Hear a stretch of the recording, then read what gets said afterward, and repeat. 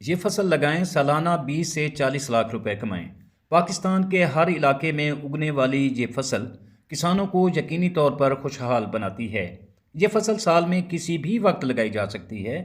ये फसल हर तरह की ज़मीनों में काश्त की जा सकती है और इस फसल की डिमांड हमेशा बुलंद रहती है। अस्सलाम वालेकुम व्यूअर्स, हाशमी ऑर्गेनिक फार्मिंग में खुश आमदीद। कैसे हैं दोस्तों? मैं अपने किसान को खुशहाल देखना चाहता हूँ। मैं इस काम में लगा हूँ। किसान भाइयों, आज की इस वीडियो में जिस फसल के बारे में बताया जा रहा है, ये फसल किसानों को करोड़पति बनाने की ताकत रखती है और ये तकरीबन पूरे पाकिस्तान में उगाई और लगाई जा सकती है। ये फसल हर मौसम में आप काश्त कर सकते हैं। आप इस फसल को सर्दी, गर्मी, बहार, हत्ता के हर मौसम में उगाकर लाखों रुपए कमा सकते हैं और इस फसल की डिमांड हमेशा ही बुलंद रहती है। किसान भाइयों, आप एक बात हमेशा याद रखिएगा कि इस पूरी दुनिया में जितने भी कारोबार हैं, इनमें ज़राअत ही एक वाहिद शोबा है या पेशा है जो इबादत भी है और मुनाफा बख्श कारोबार भी। बस अब ज़रूरत सिर्फ अक्ल इस्तेमाल करने की है और खेती बाड़ी को समझने की है कि हम किसान किस तरह अपनी काश्ता फसलों से ज़्यादा मुनाफा हासिल करने की सलाहियत रखते हैं या कर सकते हैं। दोस्तों, ये फसल बज़ाहिर मामूली नज़र आती है, मगर इसको काश्त करने के बहुत से तरीके और बहुत से मरहले होते हैं और सबसे पहला मरहला बीज का चुनाव होता है। ये फसल आप पूरे साल में किसी भी वक्त काश्त करके लाखों रुपए कमा सकते हैं।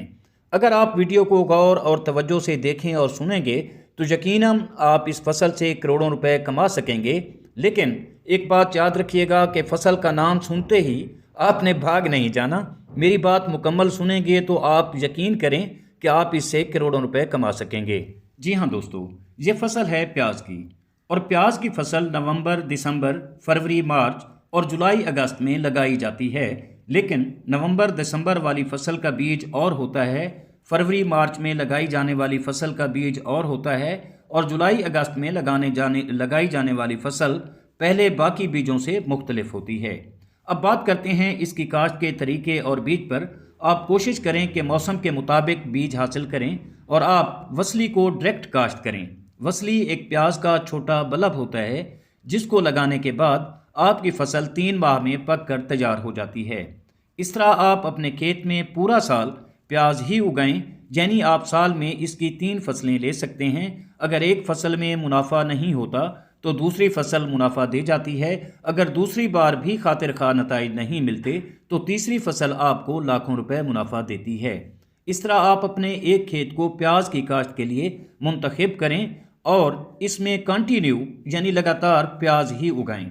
याद रखें, कभी कभी सिर्फ 3 माह में प्याज का 1 एकड़ 15 से 20 लाख रुपए में फ़रोख्त होता है।